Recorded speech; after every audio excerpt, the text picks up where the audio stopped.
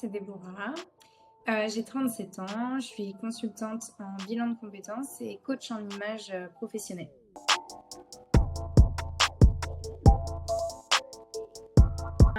Pour en être là où je suis aujourd'hui, j'ai fait beaucoup de choses. J'ai testé plein de choses et c'est vraiment ça qui m'a permis d'arriver là où je suis aujourd'hui. C'est un peu comme une recette de gâteau en fait où on teste un petit peu avec tel ingrédient, puis au bout d'un moment, au bout de 10 essais, on a la bonne recette. Bah là, c'est un peu ce qui m'est arrivé. J'ai suivi à chaque fois mes envies. Je suis, enfin, tout ce que j'ai choisi, c'est des métiers que j'ai aimés. J'ai fait aussi bien danseuse que masseuse. J'ai aussi été longtemps dans la vente, dans le commerce, où j'ai découvert la formation, le management et l'humain. Et c'est vraiment à travers en fait cet enchaînement que j'ai pu découvrir un peu mon fil rouge qui était d'aider les gens vraiment à se découvrir, à se respecter au niveau du bien-être de leur profession. C'est vraiment ça qui a été mon fil rouge en fait dans la vente où j'aidais les gens, je les formais, j'aidais à sortir le meilleur d'eux-mêmes. Et là pour le coup, c'est ce qu'il en est ressorti. C'est vrai qu'à travers le bilan de compétences aujourd'hui, je peux vraiment faire ressortir le meilleur des personnes. Et c'est ce qui me passionne aujourd'hui, ce côté humain, ce côté relationnel, de voir différents profils à chaque fois. Et je pense que vraiment sans ces premiers métiers que j'ai faits, je ne serais pas arrivée là aujourd'hui. Je pense que c'est vraiment une accumulation d'expériences et de métiers et de rencontres qui font que j'en suis là aujourd'hui.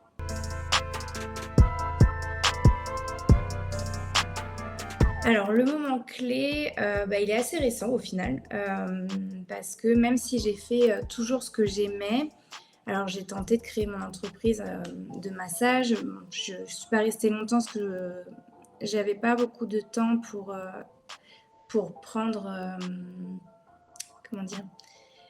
C'était les débuts de l'entrepreneuriat et j'étais pas assez expérimentée pour avoir des clients en tant que masseuse. Enfin voilà, c'était assez long le processus d'entrepreneur. Mais jusque-là, j'ai fait que des métiers salariés et j'avais vraiment cette fibre entrepreneur, mais j'avais jamais misé sur moi, en fait, jusqu'à présent. Heu, voilà, je restais vraiment salariée et j'ai vraiment osé me lancer récemment et le déclic, en fait, c'était pas un déclic, c'était un coup de pied aux fesses où, je me suis fait licencier, j'étais chez Camaïeu et pour le coup, j'ai pas trop eu le choix. On est sortis, tous, des effectifs de Camaïeu et là, il a fallu choisir vraiment ce que je voulais et pas, sauter sur des opportunités et donc ça a été vraiment le déclic et au final, le déclic s'est fait par un bilan de compétences donc via ce bilan de compétences, j'ai vraiment, appris à me faire confiance et à sauter le pas de l'entrepreneuriat.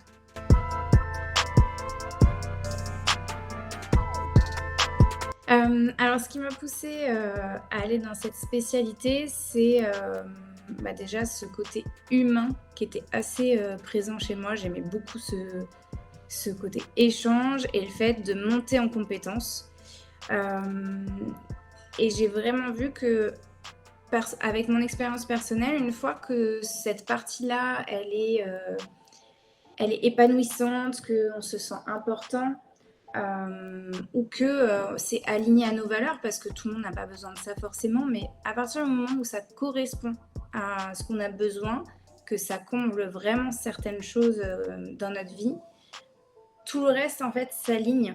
Il y a un certain équilibre qui se crée avec les relations à la maison, en famille, avec nos amis. Et c'est un ensemble en fait. Et je trouvais ça intéressant de vraiment aider les personnes à s'aligner à leur personnalité, en tout cas au niveau professionnel, pour que tout en découle.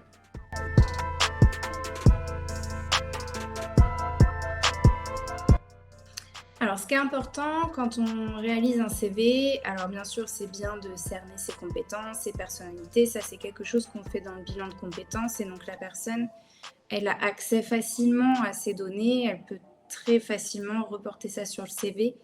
Mais ce qui est très important et que je dis à tous mes clients, c'est vraiment de, prendre en considération ce qui est marqué sur la fiche de poste de ce qu'on leur demande et de vraiment adapter son CV en fonction de chaque opportunité. Si on est sur des profils, où bah, comme moi je fais 2 métiers, bah, la personne souhaite s'ouvrir à 2 opportunités différentes, de vraiment personnaliser son CV, oui, en fonction d'elle, mais aussi, en fonction de ce qu'on lui demande, des compétences clés qui sont demandées dans la fiche de poste ou dans l'offre d'emploi.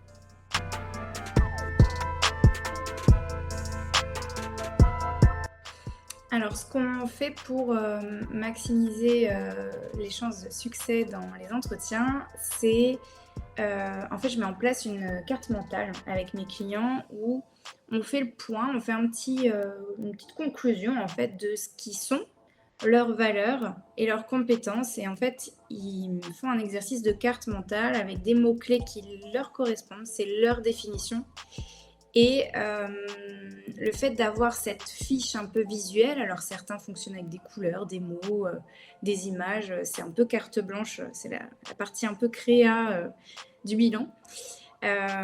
Et quand ils ont ça, sous les yeux pour se préparer en amont, ils gardent vraiment en tête, leur valeur ajoutée à eux, ce qui va faire qu'ils vont faire la différence dans l'entreprise.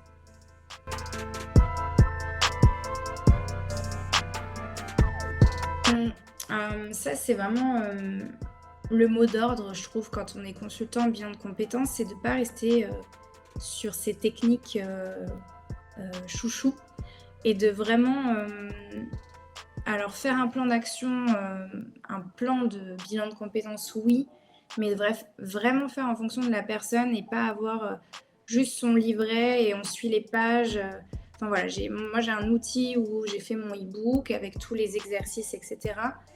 Mais en fonction des personnes, je peux très bien envoyer, la page, 24 en premier, puis la page 1, enfin et je fais vraiment en fonction de la personne et en fonction des rendez-vous parce que souvent, ben, la personne peut changer en cours, de bilan de compétences ou avoir une opportunité et je m'adapte vraiment à ses besoins. C'est-à-dire que s'il y a, une offre d'emploi qui se présente et qu'on avait prévu de travailler sur un exercice et ben, on va s'adapter et on va travailler plutôt, la préparation à l'entretien ou, la réalisation du CV pour que, ça colle au mieux, à l'actualité, du client.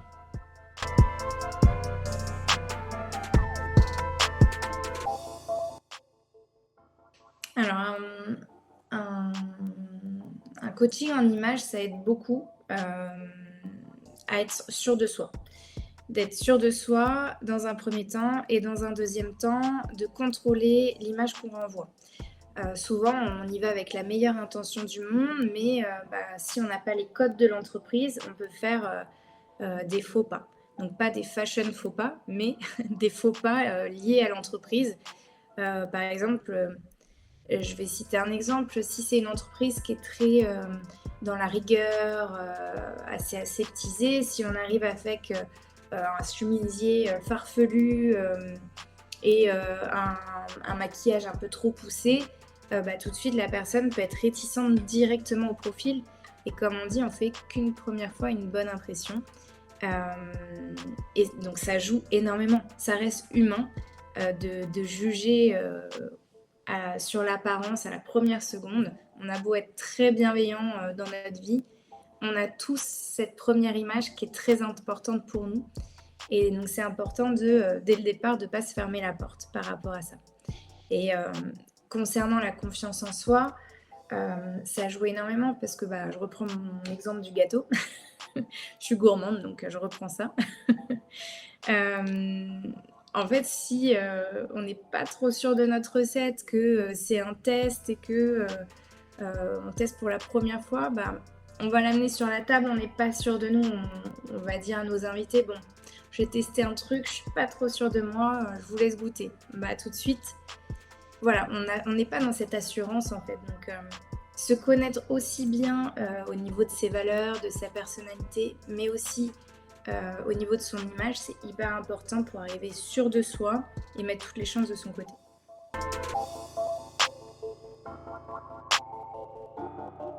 Oui. Bah, en fait,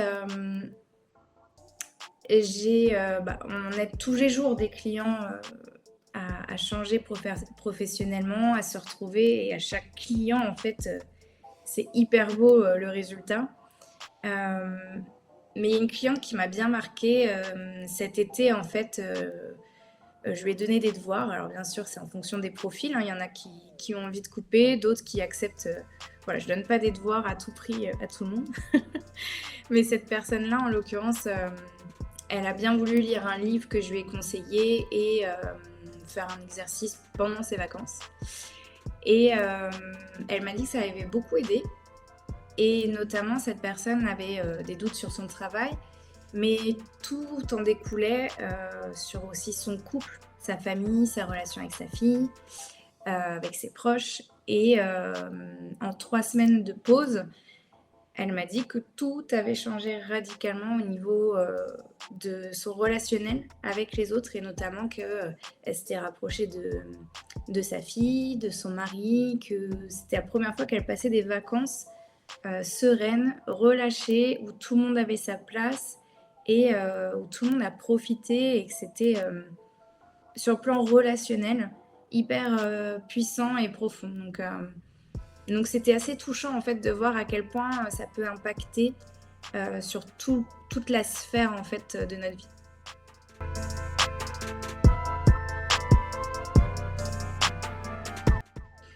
Mon but, c'est vraiment, d'aider les personnes à, tout harmoniser, que ce soit leurs envies professionnelles, mais aussi leur image et que tout soit harmonieux et qu'ils aient vraiment l'opportunité de dégager, la réelle personnalité qu'ils ont. Parce que souvent, on se cache derrière, des fausses images, des fausses compétences, pour vouloir être quelqu'un d'autre et la finalité, c'est un peu vraiment de s'accepter comme on est et de valoriser ce qu'on est parce qu'on a tous de la valeur, en fait, peu importe de la façon dont on est, quel métier on a fait, quelle image on a. Donc ça, c'est vraiment important pour moi de vraiment plus appuyer sur le bilan de compétences en lien avec le coaching en image et aussi intervenir plus dans les entreprises,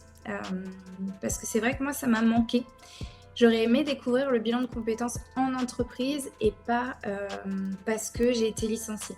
Hem, je pense que la plupart des gens découvrent le bilan de compétences comme ça et je trouve ça dommage. Des fois, les entreprises pourraient garder des éléments, clés dans l'entreprise juste en changeant le poste, en se rendant compte avec un bilan de compétences que le poste n'est peut-être plus adapté, à ce que la personne désire.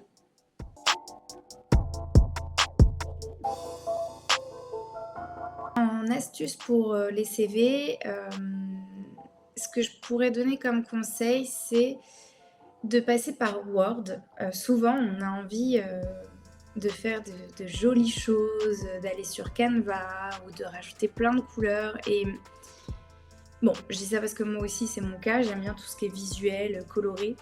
Hem, mais des fois, il faut faire un petit peu le deuil de ça et passer sur Word parce que vous avez des logiciels, les entreprises ont des logiciels pour trier les CV en amont, et les logiciels, ils passent en fait sur les créations Canva. Ils sélectionnent plus des CV comme Word où les mots-clés ressortent. Donc je ne sais pas comment fonctionnent ces logiciels, c'est pas du tout mon truc, mais je sais que en tout cas, vous avez plus de chances, de ressortir du lot avec un CV Word. Après, tout est possible. Vous pouvez aussi bien, faire un coloris sur Canva ou un sur Word et du coup, proposer sur les grosses entreprises qui fonctionnent avec des logiciels de tri, vous pouvez donner le CV Word et sur une plus petite entreprise, plus familiale, dans ces cas-là, vous pouvez, donner un CV un peu plus travaillé, plus à votre image si vous le souhaitez. Mmh, alors si je veux dire, le mot de la fin, ce serait, rester authentique. Hem, Rester vraiment en phase avec, vous, vos valeurs, vos pensées. Souvent, on se laisse un petit peu, envahir par, ce que la société veut qu'on pense, que notre famille veut qu'on pense. On fait un peu nos choix en fonction d'eux et donc si j'ai vraiment envie que les gens retiennent quelque chose, c'est qu'il est question toujours que de eux, qui se recentrent sur eux et sur leurs envies. Parce que si on se recentre que sur, ce que les autres veulent ou attendent de nous, bah, ça dure pas très longtemps.